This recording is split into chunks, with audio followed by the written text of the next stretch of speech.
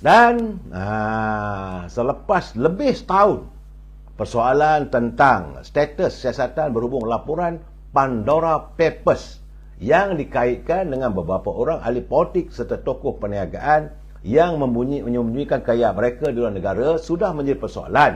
Rakyat bertanya, sejauh mana Suruhanjaya Pencegah Rasuah, Bank Negara Malaysia dan Polis Diraja Malaysia, apakah mereka sudah melakukan siasatan? Ternyata hari ini, saudara, Suruhanjaya Pencegah Rasuah telah pun memanggil, ini laporan daripada Harian Metro, saudara, seorang bekas Menteri Kewangan berusia dalam 80 tahun. Tak sebut nama lah, terpulanglah masing-masing boleh meneka siapa saja. Iaitu seorang bekas Menteri Kewangan serta beberapa individu, orang-orang kenamaan lain telah pun disiasat oleh Suruhanjaya Pencegah Rasuah berhubung pendedahan Pandora Papers yang mendedahkan mengenai mereka mempunyai simpanan harta ataupun wang tunai di luar negara. Jadi kabarnya menteri berkenaan telah pun diambil keterangan oleh Suruhanjaya Pencegah Rasuah di Ibu Pejabat SPRM Putrajaya. Menurut sumber, siasatan ketika ini adalah menjurus kepada kekayaan luar biasa yang dimiliki oleh beberapa individu dan kaitan dengan syarikat luar pesisir di luar negara. SPRM juga menyiasat apakah terdapat hubung kait kewangan yang dimiliki hasil daripada tender dan projek kerajaan. Setakat ini difahamkan tiada pembukaan aset dilakukan oleh SPRM. Malah ramai lagi individu termasuk bekas menteri dan keluarga mereka yang mempunyai kaitan dengan dakwaan Pandora Papers sedang disiasat. Datuk Seri Anwar Ibrahim selaku dulu pernah masa dia jadi Ketua Pembangkang telah pun mengusulkan tentang agar dibahaskan tentang pendedahan Pandora Papers pada sesi Parlimen 2021. Saudara, kemudian pendedahan Pandora Papers itu perlu dibentang dan dibahaskan. Ia wajar dibahaskan. Cuma saya ingat lagi, saudara, pada tahun yang sama atau pada 25 Oktober 2021, bila kita bercakap benda ini, saudara, kita kena kaji balik apakah ucapan-ucapan orang terdahulu. Dr. Mahathir sendiri pernah menyatakan pada 25 Oktober 2021, Dr. Mahathir dia kata tiada kesalahan yang boleh dikaitkan dengan senarai nama yang didedahkan dalam Pandora Papers yang didakwa membabitkan beberapa nama orang kenamaan di negara ini. Bagaimanapun katanya terpulanglah pada kerajaan untuk mengambil sebarang tindakan yang difikirkan wajar susulan pendedahan tersebut.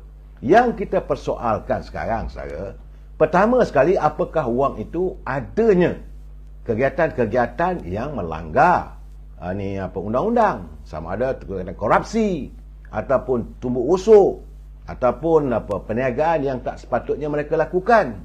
Itu persoalan pertama, dan ini selalunya akan disiasat oleh pihak polis dan SPRM.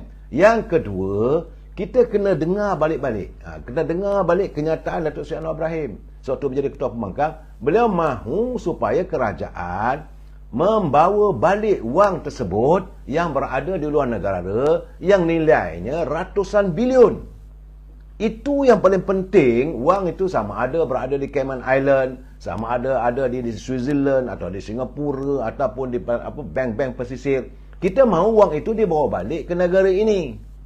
Dah bawa balik ini, nanti kemudian kita usaikanlah apakah wang itu sumbernya dari mana dan sebagainya. Yang penting wang tersebut mesti dibawa balik. Saudara, wang itu mesti dibawa balik ke negara kita ini supaya ekonomi negara kita dapat berkembang balik. Ini kita ni dah kurus.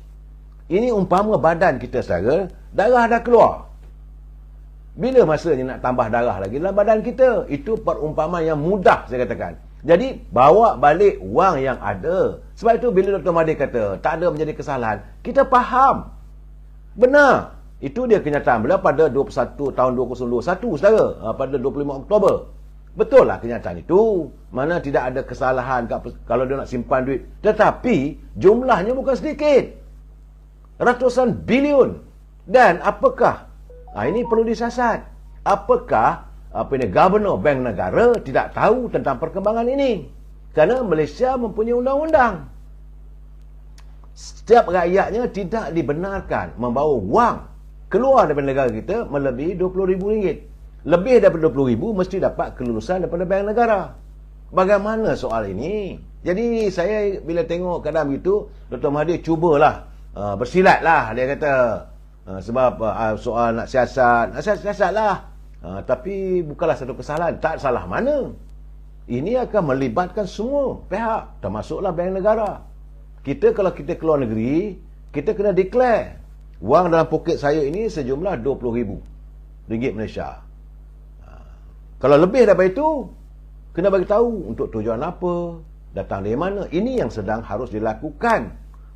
Sebab memang Menteri Jabatan Perdana Menteri waktu itu, ini jadi Datuk Seri Wan Junaidi, Tun Jaafar waktu jadi Menteri Undang-Undang, dia beri jaminan bahawa kerajaan akan tetap menjalankan siasatan ke atas pendedahan Pandora Papers.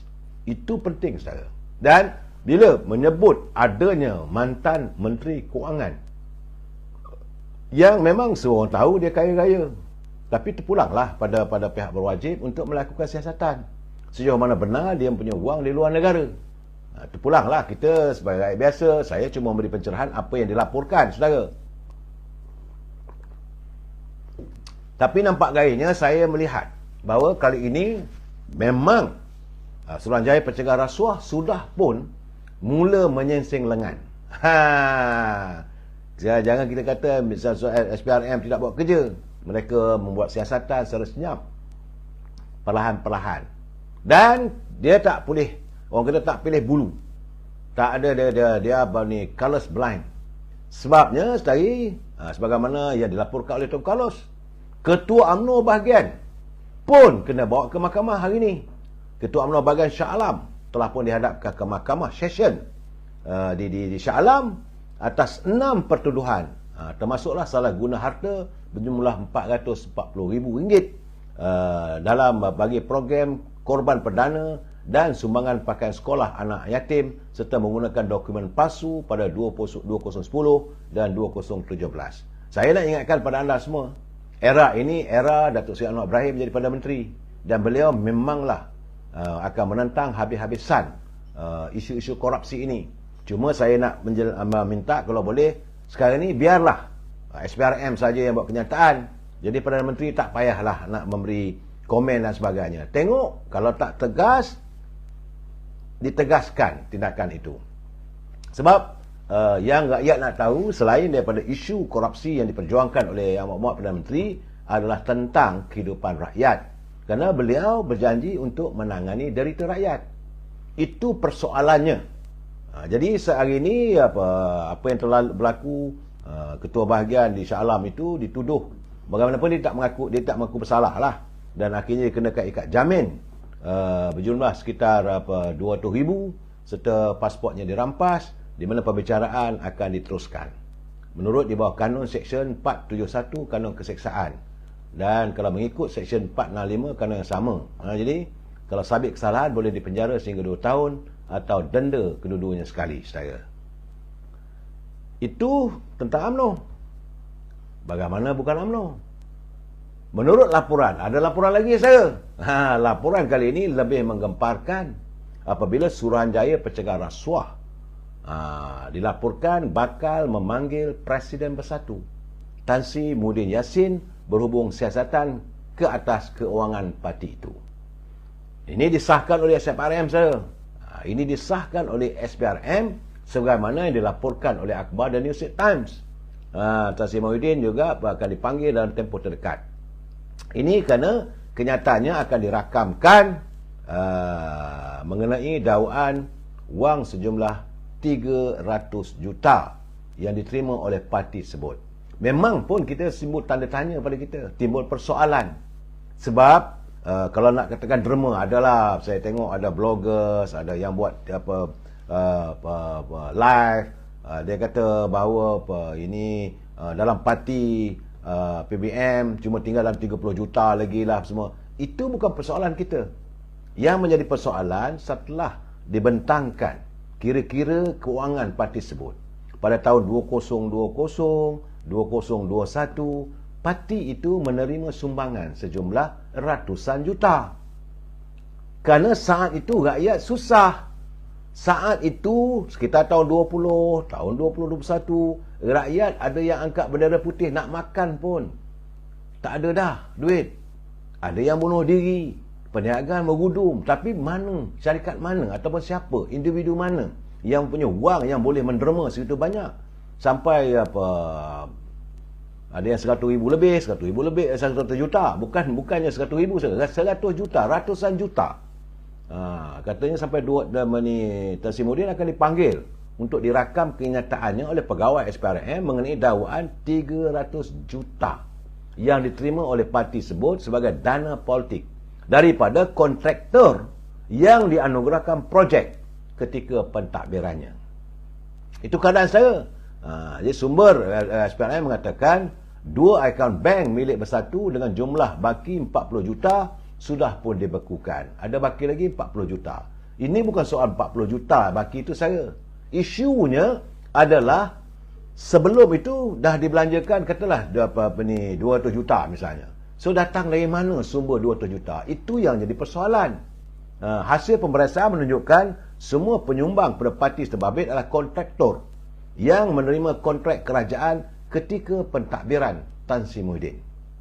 Ini menurut kenyataan daripada SPRM dan dilaporkan kontraktor tersebut telah pun dikenal pasti selepas SPRM menyiasat beberapa akaun. Lepas dia menyiasat akaun milik Parti Bersatu yang dibekukan hujung bulan lepas, mereka mula memanggil kontraktor-kontraktor yang dikatakan terlibat. Jadi Bersatu sebelum ini melaporkan menerima hingga 300 juta sebagai dana politik. Susulan persetujuan dibuat dengan beberapa pemimpin parti termasuk mereka yang berkhidmat di bawah pentadbiran Tan Sri Muhyiddin. Dia katanya ada 15 individu. Terdapat 15 individu termasuk pimpinan Bersatu dan pihak kontraktor sudah pun dipanggil untuk dirakamkan kenyataan. Mana bukan akan dipanggil? Sudah pun dipanggil. Sudah 15 orang saudara yang dipanggil untuk SPRM. Saya tanya, memanglah ada nama-nama lain. Saya fikir saya tak mau